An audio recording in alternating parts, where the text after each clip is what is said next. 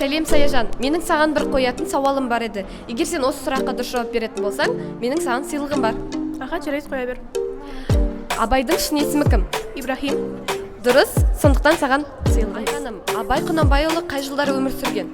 1845-1904 жылы. Дұрыс. Абай Құнанбайұлының қандай өлеңдерін білесің? Білсең, маған бір шумағын айтып берсең. Ғылым таппай мақтанба, орын таппай баптанба, құмарланып шаттанба, ойнап босқа күлуге, 5 нәрсеге асық бол, 5 нәрсеге қашық бол, адам болам десеңіз, тілеуің өмірің алдында. Өте дұрыс. Қазақтың 5 арысын ата. Шәкәрім Құдайбердіұлы, Ахмет Байтұрсынов, Міржақып Дулатұлы, Жүсіпбек Аймауытов, Мағжан Жұмабаев. Дұрыс, сондықтан мынау саған.